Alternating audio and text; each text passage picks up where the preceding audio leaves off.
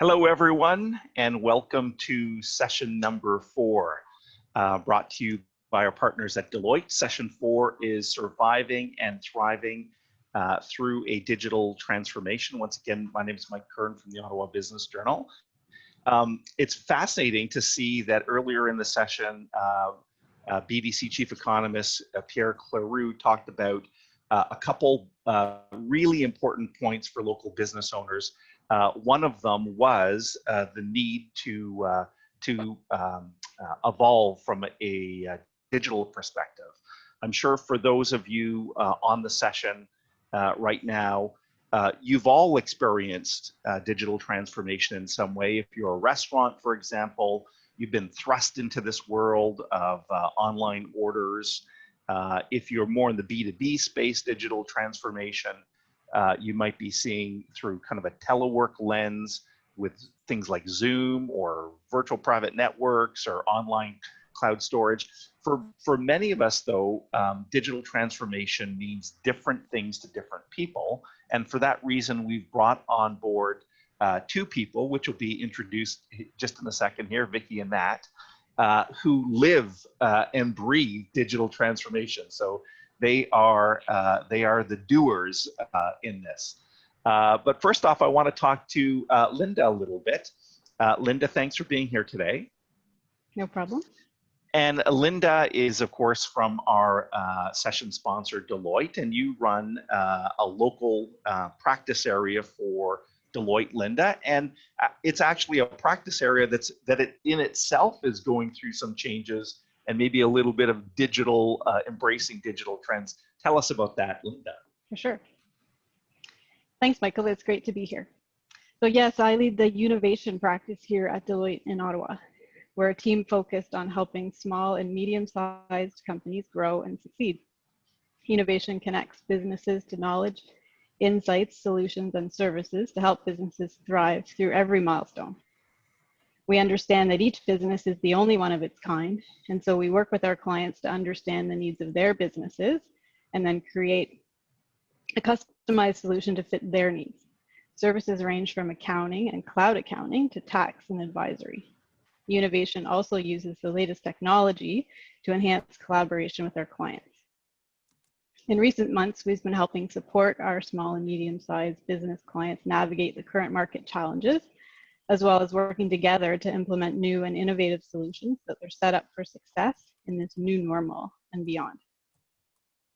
The COVID-19 pandemic has most certainly pressed fast forward on the need for small businesses to establish better digital platforms and processes.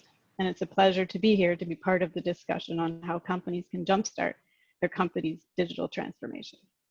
Well, that's awesome, Linda. Deloitte's part of that ecosystem of service-based professional services that all entrepreneurs and businesses need. And I know your people are on the front line helping out with tax issues and accounting issues. So thank you for that. So why don't we get down to the nitty-gritty here, and Linda, you can introduce our two presenters today. Sure. Happy to welcome Vicki and Matt. So Vicki Iverson and Matt Strentse co-founded Iversoft in 2009 with Vicki as the Chief Technology Officer and Matt as the Business Lead and Chief Operating Officer. Together, Vicki and Matt bootstrapped the company from 3 people around a dining room table to the digital consultancy and technology partner Iversoft is today. In her role as CTO, Vicki has successfully led the company from its mobile app roots to a full stack digital agency. Vicki's achievements have earned her the OBJ's 40 Under 40, Women in Communications and Technology Entrepreneur of the Year, the WJ Graham Medal in Computing and Innovation, and Women in IT Canada's CTO of the Year. She is also an active mentor and speaker for people in technology and entrepreneurship. Matt moved from his role as business leader and COO in 2019 to the role of Chief Relationship Officer to better support Iversoft's growth goals.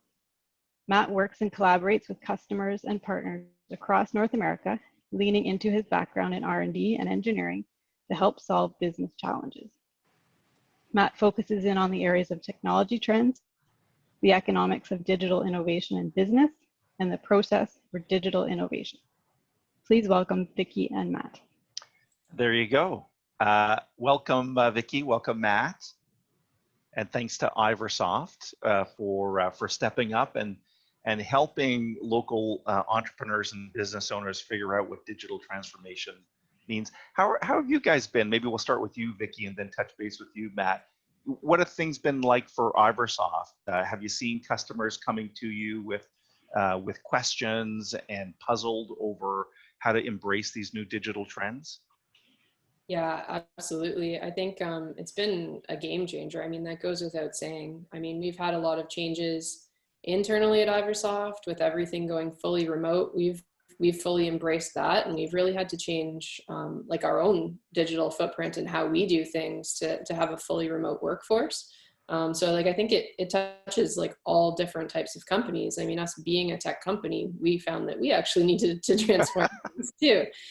So I can only imagine for companies that, you know, maybe weren't as digital to start with, it's a crazy transition. And yeah, a lot of our clients have, you know, new and interesting needs that, you know, their priorities changed as soon as all of this started in March. You know, I think everything went quiet for a little bit and then came back full force with like, oh my God, we need everything. Everything is different. No kidding. I don't know, Matt, if you wanted to add anything, but. Yeah, Matt, what are you noticing so far? You know, it's been whatever, 6 or 7 months. What are you noticing either from an internal company perspective or what you're hearing from your clients? Well, internally, I think we've done a really good job of sort of meeting the challenge and coming up with new ways to operate. And we've also tried to give our employees a lot of flexibility with a 4-day work week. So we're just keeping everything, you know, tight to those 4 days and give people with children flexibility to take care of them or try and, you know, find other ways to de-stress while we're all trying to work our way through it. But from the professional perspective, that's basically what my job description is right now, or what my role is, and that's to deal and talk with a bunch of clients and customers and partners that don't really have a lot of idea of what to do in this space. They understand there's a great need, and I would say in the last 6 months, the intensity and the ferocity of those discussions have definitely amped up. As you know, before COVID, people were doing sort of approaching digital transformation at sort of a linear pace. They realize that it's great for productivity gains, it's great for efficiency gains, it's great for overall business operations. But with COVID coming in, it's almost like a spike attack where everything's like, okay, we need to implement these things now. How do we do this in the most efficient way possible? Thanks for kicking things off, Matt and Vicki. So the format, by the way, for our audience tuning in is we're going to go to about 12:15. So we got lots of time. And this can be a little bit different format than the previous sessions. Vicki and Matt have identified 3 key points that are quite accessible that many of the people out in our audience can embrace, and we're going to run through each of those points, and we're also going to run an interactive poll to make sure that we're touching base with our audience. So let's get things started. So here we go. Yeah, great. So I'll just start off by saying, well, appreciate the invite to join in on this conference. I think this is awesome. And yeah, to talk about digital transformation. And when Michael first asked us to talk about digital transformation, I was like, oh, that is such a huge topic. What are we actually going to talk about? Yes. I think digital transformation means like a lot of different things, as you touched on, but it depends on the size of your company a lot of the time. You know, you could have a multi-million-dollar business going through a huge digital transformation with a full strategy and, you know, like all of the steps planned out as to how they're going to do that and manage that. But small businesses go through digital transformation as well. Luckily, the barrier to entry, I think, is a lot smaller for small business. You know, you can be more nimble, you can experiment, you don't have to have all the right answers right up front.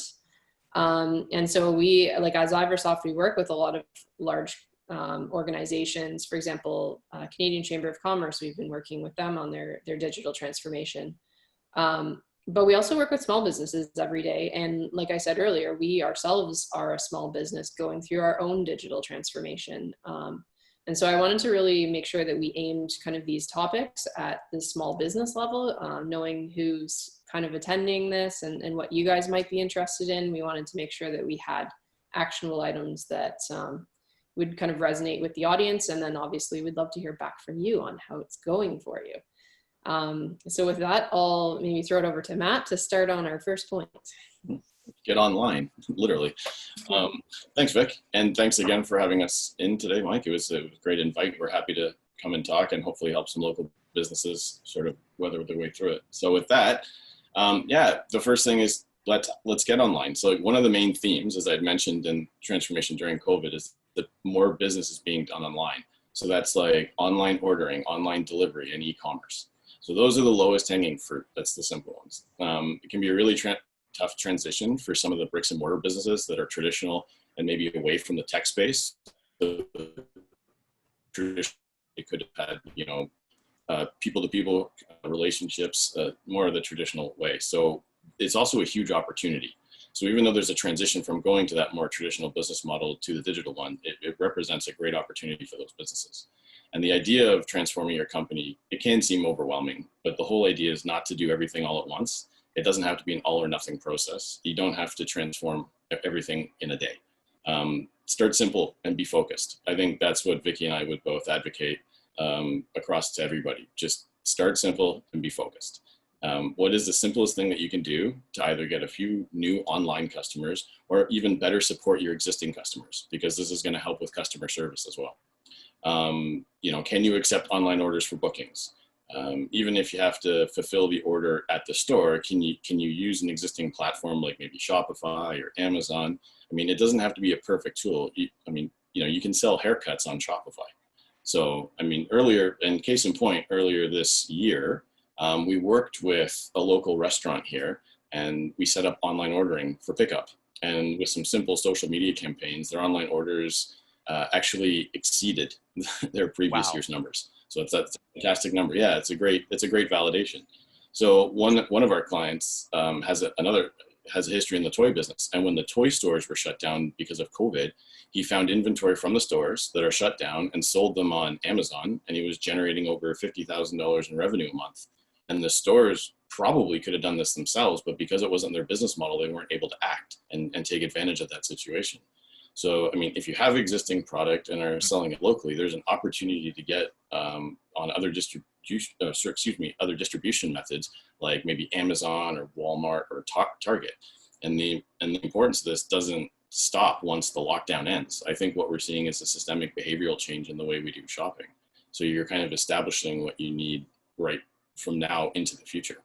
So you have access to the global markets, you have access to new geographic locations that you didn't before, and I think that's where the opportunity lies. You're now looking at your marketplace in a much wider scope. I love those examples, Matt. That's fascinating. The toy store example and even the restaurant example, right? Where you know you don't necessarily need to rely on Uber Eats and some of these companies that are taking a big chunk of that revenue. Just have on in-store pickup, right? That can be done. And yeah, anything that can support your customers.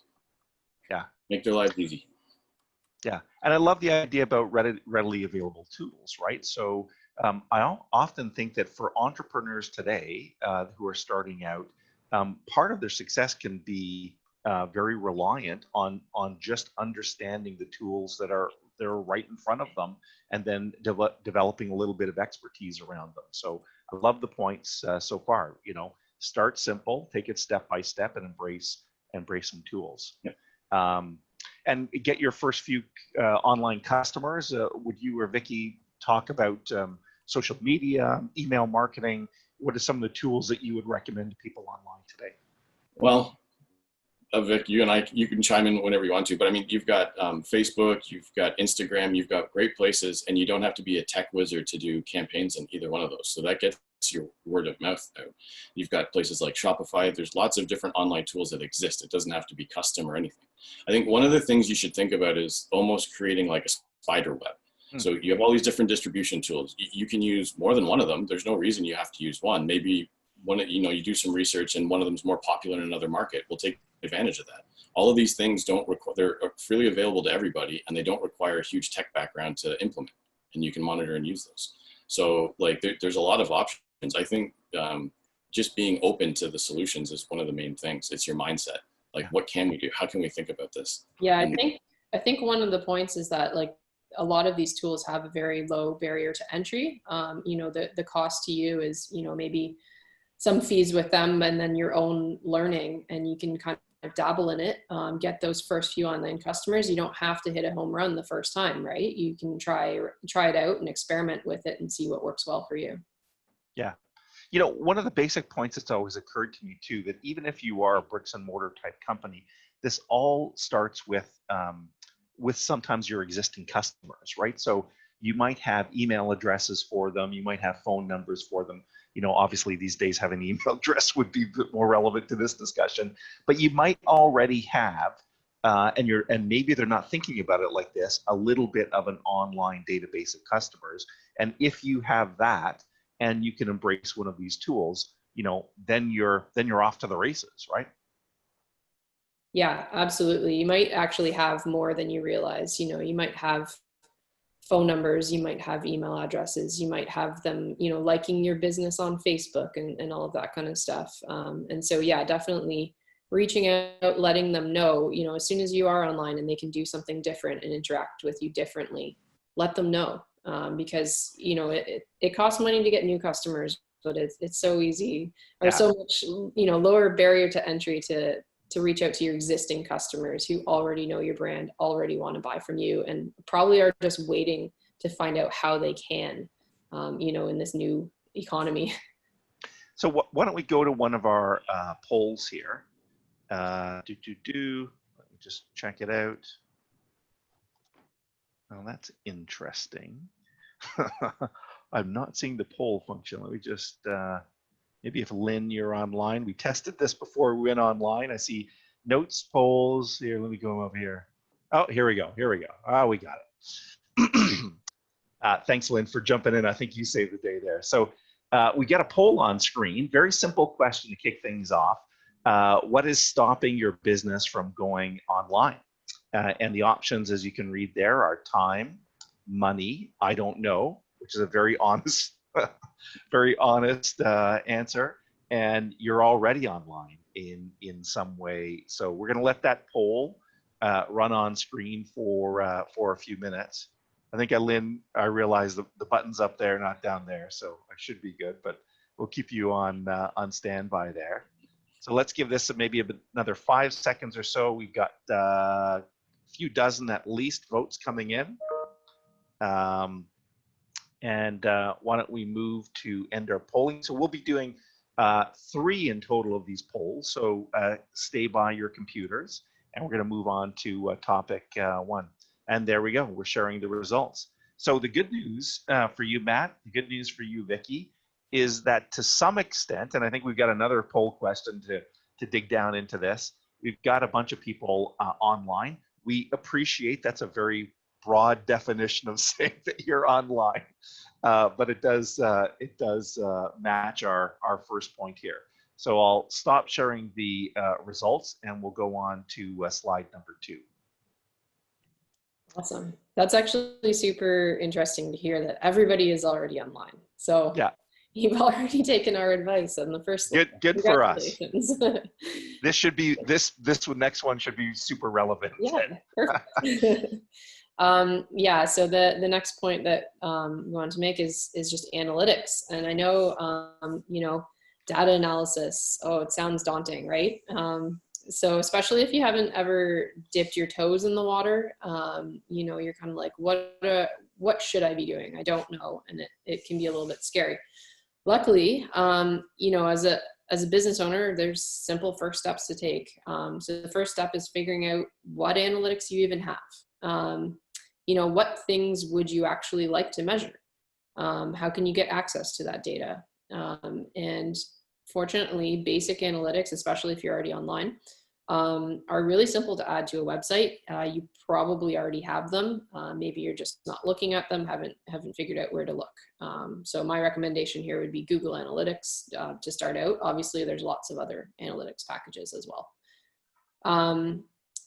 On top of that, you know, maybe you already have analytics. There's tons of free courses out there, like free or paid, on how to use tools like Google Analytics. And they might actually give you new examples of things that you could be measuring. You know, maybe you've just dug in and said, oh, I can see people click on this thing. Okay, interesting. But there's actually, you know, pretty established business metrics of, you know, how to track conversions and see what users are doing and how to optimize that kind of stuff.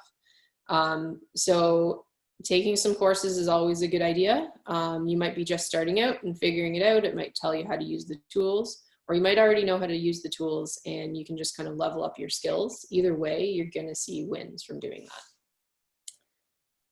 Once you identify kind of what your performance metrics are, you know, if you have key performance indicators of your business, you understand what affects your bottom line, how you can, what things you want to be improving, especially conversion rates if you're doing, you know, online selling. You can start identifying little incremental things you can do to improve them, and then you can immediately measure the impact of whatever action you're trying to take. So that's an amazing way to just like iterate and refine and fine tune what you're doing and move your metrics forward. I think we touched on this a little bit, but you could try, you know, a small advertising budget on something like Facebook or Instagram. The caution here I'd say is don't do that without setting a very specific goal of what you're trying to get people to do. You know, lots of people will just start running some ads and say, I want more website traffic. Do you actually know if it's good traffic, if it's converting? Make sure that you can measure that. You know, do you want your ad to push people to buy a particular product from you?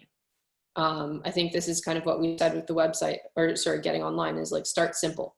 Find like a very specific thing that you want to accomplish, and then you can immediately measure if it's working. So yeah, you know, increasing Facebook likes. So what, I think it's a good vanity metric, but is it going to make you $1 for every dollar you spend, or more than $1? Who knows? So yeah, again, you know the analytics of your ads too. See where your ads are effective, refine them, iterate, and make sure that you know exactly, you know, if you're putting in money, how much are you getting out? What's your return on investment? The other thing is with analytics is oftentimes your data will actually tell you a completely different story than what your gut instincts tell you. You might think your customers would like a particular ad. The analytics might tell you an entirely different ad is effective. You know, you could look at that ad and say, that one's awful, I hate it. And yet it's converting. Okay, so why go with the one you're attached to? Go with the one that's going to make you money. Don't get caught up in your own assumptions about your customers. They're not all exactly like you. I've actually had to learn that too. Similarly, you know, you can use analytics to fine tune things like conversion rates of people going through a purchase flow on your website. You might find an unexpected place where they get stuck or they drop off. You know, you might think, oh, it's so easy to go through and fill out this form, and yet you find, you know, 70% of your customers disappear while doing it. You know, really use the analytics to fine tune the experience on your site and increase the conversion. And that is a major win right there. I like two of the points that I particularly like, Vicki, that, you know, when it comes to digital marketing, often it's actually a series of experiments, right? And really small experiments. So people shouldn't feel intimidated by this. You can spend as little as 10, 20 bucks if you want to, you know, promote a Facebook post or whatever platform you'd like. But your related point was, don't do that without having a hypothesis about the business impact of it, right? That's kind of really interesting. And then the second thing along the experimentation phase is don't think you know best, right? Like the data has to speak to you. It's going to tell you a story. So make sure that you're not coming in with all these pre-formed suppositions about, well, my audience likes this and not this, or, you know, they like this type of color and phraseology or not this, right? It's that concept of A/B testing, which lies at the root of a lot of digital stuff. So why don't we go to the next poll? The good news is that I know how to do this, speaking about digital.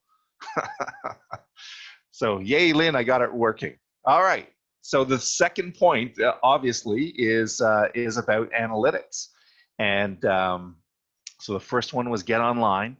The second one is start looking at your numbers, for goodness sake. So I'm going to ask everyone to start voting now. In fact, lots of you are voting already. So the question, of course, is where do you rank on analytics? And the options, I don't have any. I have some, but I don't know what to do with them. I view reports to see how we're doing. And if it sounds like you're a bit of an expert if you know this one, I actively make decisions based on your analytics. So we've had at least a couple dozen people voting and more votes coming in and in and in. So I'll give you 5, 4, 3, 2, 1, and we'll end the poll. And here come the results. So Vicki, if the first one gave you some reason to be positive, this one not so much. So we got the people online, but they're not looking at analytics. So Matt or Vicki, any just quick comment on that point? Having analytics gives you, like, there's a lot of advantage because it's giving you insights. In fact, having those analytics can actually help you hire the right people to help grow your business. So, I mean, you want to have some insights somewhere. And I think in the age we live in, it's really helped a lot of companies to cut down on overhead and be a lot more efficient. So I'm a little concerned with this one. This one is like, there's great ways where companies can find a lot of savings and a lot more efficiencies and have a lot more success with those kind of Yeah, data. I'll join on to a point that Matt made around if you want to hire someone to help you, your analytics really give you a baseline of measuring their performance. You know, so for example, if you're like, I don't know anything about analytics, I need to hire a company to help me get this under control. You might actually want to do a little bit of upfront investment of figuring out how analytics work yourself. I think it like a huge return on investment of you just putting in a little bit of time to figuring that out. And you can set a baseline of like, here's how my business is currently performing. And then if someone comes in to help you out, you can actually measure if they're making an impact. And so, you know, if your dollars that you're putting even towards hiring someone are giving you a return on that investment. Absolutely. Like 45%, I think, said I don't have any analytics. I think you'd be surprised. You probably do have analytics and you're just not looking at them. So I would highly encourage people to go in and poke around, say, what is this Google Analytics thing? You know, if you're online, maybe you have a website developer or a tool that you've used to get online, go and either ask the person who made it or read the documentation for whatever tool you used and say, where are my analytics? What can I already get out of this? Because I would actually bet that you think you don't have any, but you do. And so go poke around at them and try to make a little bit of sense of it. I think it's daunting at first. You're like, oh, it's this big unknown thing. But as soon as you start getting in there, you're like, oh, this is interesting. Then you start asking questions. What does this mean? How do I find out this thing? I wonder how many people are doing this. And you'll find that both you have analytics, but you'll also realize what analytics you want and start adding them and keep growing it iteratively to a point where you feel like maybe you're at the other end of the spectrum. I actively make decisions based on analytics. It's not that far of a gap, but when you haven't touched it at all, it can seem scary. You know, for sure, you know, we want to keep this very real. So I picked up on what you said there too. If you have a WordPress site, if you've got a Squarespace site, if you've got a Shopify store, if you're on Wix, whatever, like, and let's just keep it on websites right now, you do have analytics, right? Like analytics are built into all of those platforms. You specifically, Vicki and Matt have talked about Google Analytics. That's also really simple. You get a Google account, you go to Google Analytics, you activate it, you get an implementation code. And typically, you know, if you're on WordPress, Squarespace, or Wix, you're literally just pasting one line of code and clicking, and then you have analytics, right? So there isn't a big technical hurdle to jump here. And I think the point you're making is if you don't have analytics, you're kind of wasting your time online because it's like walking around with a blindfold on, right? I mean, you couldn't run your business without having, you know, monthly financial reports or a bank statement or something like that. This is almost the equivalent, right, Matt? That's Right. Yeah. The more the better. The more information. Knowledge is power, and that's basically, it goes back to the old adage: knowledge is power. And the availability and of knowledge that you can get now is vast. So by not taking advantage of that, yeah, it really is like walking around with a paper bag on your head. Yeah. So listen, let's make a resolution, a pandemic resolution for our audience to get some analytics. I'm sure if you tried, you could get some by the end of today. Anyway, we're going to move on to the next slide. So our third and final point in this session is automate information flow. And just as a reminder, we'll be wrapping out sometime around 12:15, and we definitely want to take your questions. So if you got some questions, we'll be coming to you pretty soon. But we'll do this point, another poll, and then questions. Matt or Vicki, take it away. Great. I'll take over. And actually, just goes right and just adds right on to what Vicki was talking about. Is one of the most important parts of the transformation is having access to the data. So you need to be able to use all of the points of data to create this one cohesive story of things, and to like find out where you want to optimize, where you want to spend more resources, or maybe you need to do more work, or maybe you've overspent. Oftentimes you'll pick like maybe a variety of different systems at the beginning that can solve the challenge at the time. But however, eventually you've scaled, the company's growing, you're using these analytics now, and suddenly these new tools that you're using no longer talk to each other. So, I mean, if you're going to start the approach with analytics, I think it's really important to like understand what's available to you, because it's easy to save a bit of time and money getting something cheap to solve individual problems. But what you might not realize is the cost of storing all that data in several different silos. I mean, it could be dozens of silos depending on the types of tools and types of organization products that your business attends to. So it's like, and the other question that comes into this is automating that information flows. How many things are you doing manually?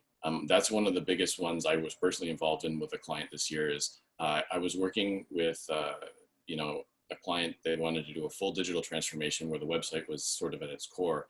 And the person doing finance said that they were spending about 25 hours a week manually transferring data from one program to another because they don't talk to each other. So, you know, you're losing all that productivity and efficiency, and actually you're not even taking, like, the worker skills aren't even being showcased here. You're literally just changing data. So, so how much time does this take you? What happens if you make a mistake? Because the more times you're copying data over manually, you're going to make a mistake. And then how much time do you spend looking for that information between the systems or cross-checking for the accuracy? And all of that adds up to a huge significant cost. And while we're talking about COVID and digital transformation, that's another challenge that the Canadian economy has had in general, is that productivity. And all of these things go to sort of solve those issues or help alleviate those issues. You know, as I mentioned, we were doing the digital transformation with the client, and the website was kind of at its base, at its core. And that was sort of like, we were connecting all of their systems together. The website, the payment processing, CRM, marketing automation, accounting tools, and we also wanted to automate their information flow. And this led to massive improvements in continuity of information, reduced manual work, ease of access, but most importantly, that productivity, that magic number, like that magic word, productivity. So sometimes you don't always have the ability to buy one massive ERP, like for example, like Oracle, but you should take the time to kind of understand the trade-offs between like small disjointed systems and, at the very least, the upfront investment to find a system with the correct APIs, so that you can always make sure that you're covered when you want to scale, that all of your different software programs can talk to each other. The systems, we want to break all the system out of its silo. We don't want anything in a silo. We want a nice clean data set. And this isn't an all or nothing proposition as before. You already probably have a few of these systems. When you're choosing a new system or vendor to add to the business, make sure that you find one that integrates with what you're already using. Because that's the worst thing, right? You've got someone saying, great, we've got this great new tool. It's going to solve all of your problems, except for these two that you've already been solving with this system. What do you think? And a lot of the times they won't think, well, can the two of them talk to each other? And a lot of the times the answer will be no. They're their own ecosystems. And so you've just sort of, there's a trade-off. You're getting the advantage of having a tool, but at the same time, you're introducing a manual process now because the other two can't talk to each other. So those are kind of the things that should be thought of when you're, trying to automate your information flow. Yeah. Again, I'll pick up on one thing you said, Matt, that was really interesting. There might be people in this session right now that are thinking, well, I don't have money for this. But to your point, maybe your people are stuck in manual processes. Yeah. So you don't think you've got the money, but actually you're burning inefficient labor that could be amounting to literally thousands and thousands, if not tens of thousands of dollars a year. So there is potential to automate some of your systems. You just need to look at this concept of automation and information flow. Why don't we go to the third poll, and here it comes for the audience. It's launching on screen now. And this is an interesting question. So the question is, how do your software systems work together? You can see a number of options there. They're all a series of islands. I have one system that solves everything. I have a series of interconnected system, or the software, what software type answer. So we got a lot of questions coming in. And just as we're waiting for those, Matt, it kind of harkens back to something I said earlier. If you're a new entrepreneur these days, there are so many tools and it's easy to jump into them. But then the trap we fall into is you got all these different tools. That's the point of this. So we'll let the polling run on here. We got lots of votes on this one too. So I'm going to wrap up the polling in 5, 4, 3, 2, 1. And here come the results. We got a tie. So what are you seeing here, Matt or Vicki? So how do your software systems work together? You have a tie between, there are a series of islands. Well, so this is like this is two sides of the coin here, and have a series of interconnected systems. So any thoughts on that? I'm not surprised that everybody seems to have a series of systems. And I think it seems like maybe there's different levels of how well they work together. I know that, being a small business, you don't just start with some huge ERP. You're not like, I'm going to, get on that. You start with individual pieces of software that solve individual problems. And so, I think it's tough once you go down a route that you've selected, 3 pieces of software that don't talk to each other. How do you get off of them? I think that's a tough challenge. Or, how do you make them work together? So I think it's definitely worth asking the question of the vendors, hey, can I get these to work together? The great advice is when you're choosing a system, check that it works with it. I think the harder problem is once you've already chosen a system and it doesn't work with your other ones, how do you fix that? But it's a problem worth solving and spending some time looking at.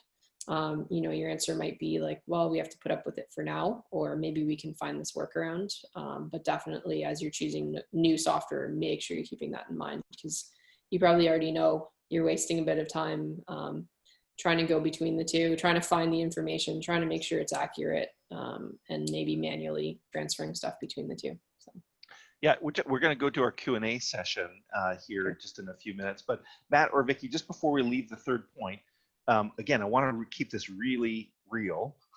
When you think automation and you think of the audience that might be tuned in here today, what are some quick examples of automation? Is it billing? Is it anyway? Give me a sense of it. Is it marketing automation? What would you say some low-hanging fruit in the automation area would be? Some of the things we spoke of today is like the online ordering, online delivery, because there's systems that are already set up. You can integrate with those. There's ways that you don't need infrastructure. So restaurants, delivery places, there's tons of services that they can sign up for. That's low hanging fruit. Like that's right there right now. Vicki, do you have any? Okay.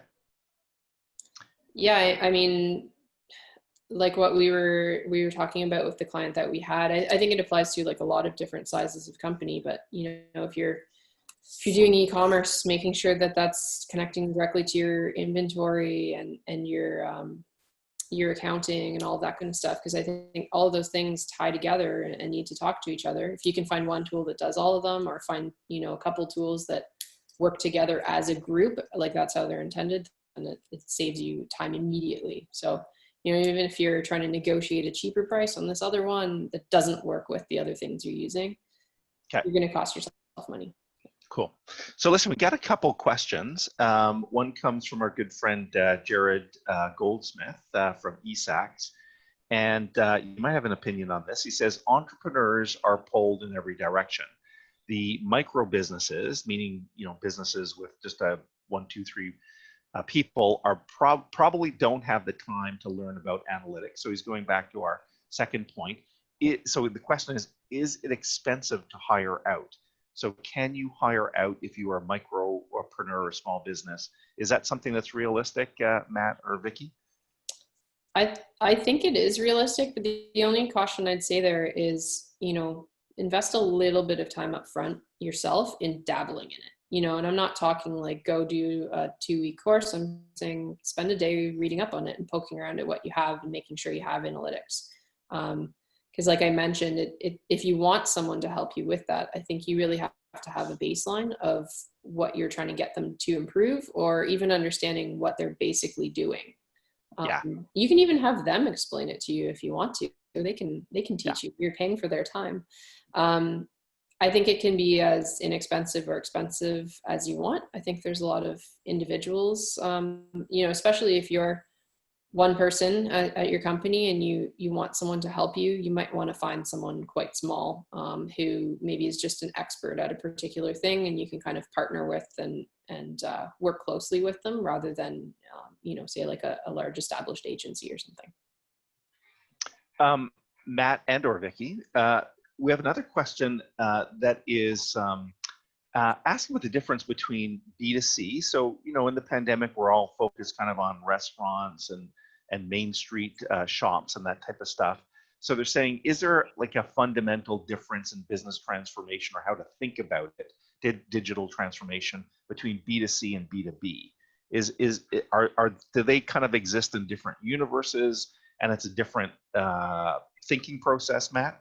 There's common themes. Like you're trying to automate, so you're trying to get more done in the given time that you can. You're trying to be more efficient, and you're trying to support your customers and clients in the best way you possibly can to make their experience as positive as it can be. I would say that's across the board, whether it's B2B or B2C, that is your goal. So you're going to use different tools, you'll implement different things because of course you're in different industries and different verticals. However, like that thinking should be kind of right across the board, whether it doesn't matter who you're dealing with. So it's really about trying to improve the corporation or the company that you're under, the organization, in terms of how it operates, but it's also there to give a much better experience to your partners and clients. And for me, that's what success looks like. I kind of like the point because it might just be easier for us to wrap our heads around, online ordering for a restaurant, or, I want a certain retail good.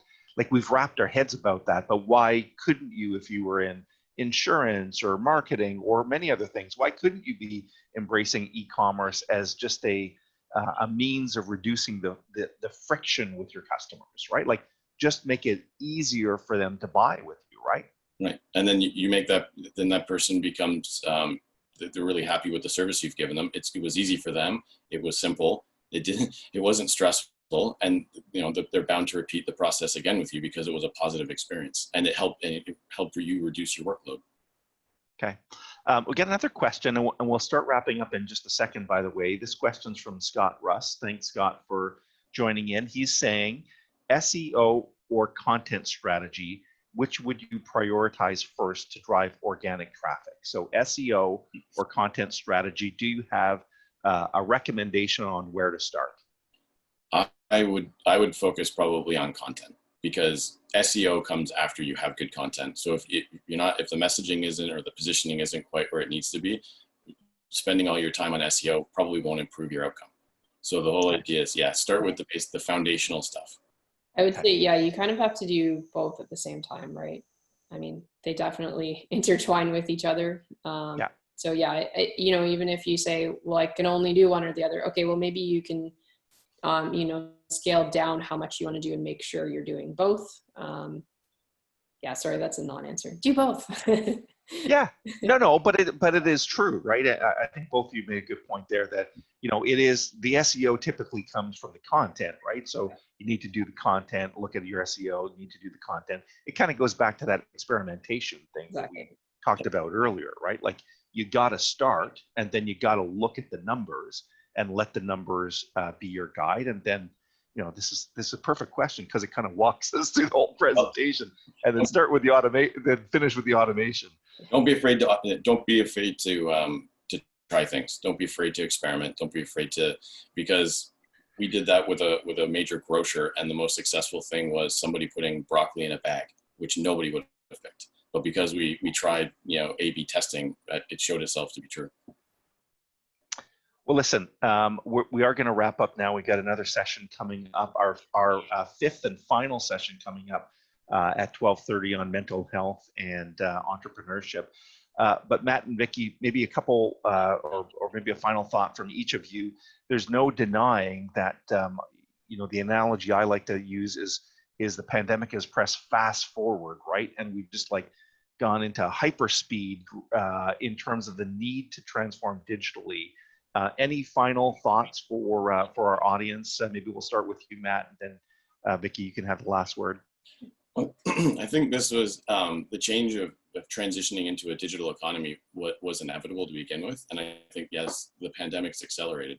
But I think the thing to keep in mind is that the work we're doing now is really transformational going into the future. This is what we're going to always be using. You should have an evergreen approach to it. And it's difficult to transition right now, but in the long run, I think it's going to be a lot easier for people because they're going to really push forward with those ideas. And if they're keeping an evergreen mindset where everything needs to change over time, it's going to be a lot easier for those companies to adapt in the future. Love it. Yeah. So you're not just doing it for now, Yeah. You're doing it forever. So this is something that needed to get done anyways. It's just a pandemic that's reminding some of us that this needed to be a bigger priority for now and for the future. And Vicki, any thoughts? Yeah, absolutely. I mean, just, kind of taking the more human side of it, I really love that we're having this summit and some of the topics that you have. And I really like that the next session is on mental health, because I think that's a big deal right now, and especially for business owners. Everybody's going through a lot of things personally and business wise, and it's a tough time. So I really like that we're getting online like this and sharing ideas. And I'd say to people that whatever trouble you're maybe going through with your small business, you're not the only one going through it. I think everyone probably who's joining this is going through some trouble.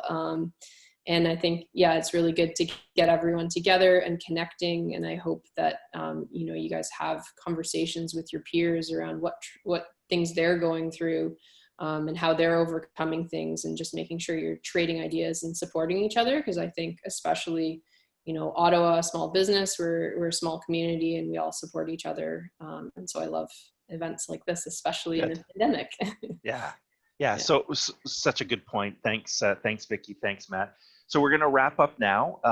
If anyone has any other questions for Matt or Vicki, I'm happy to connect you. So you can keep on tapping into this local resource. Iversoft, of course, is the company name.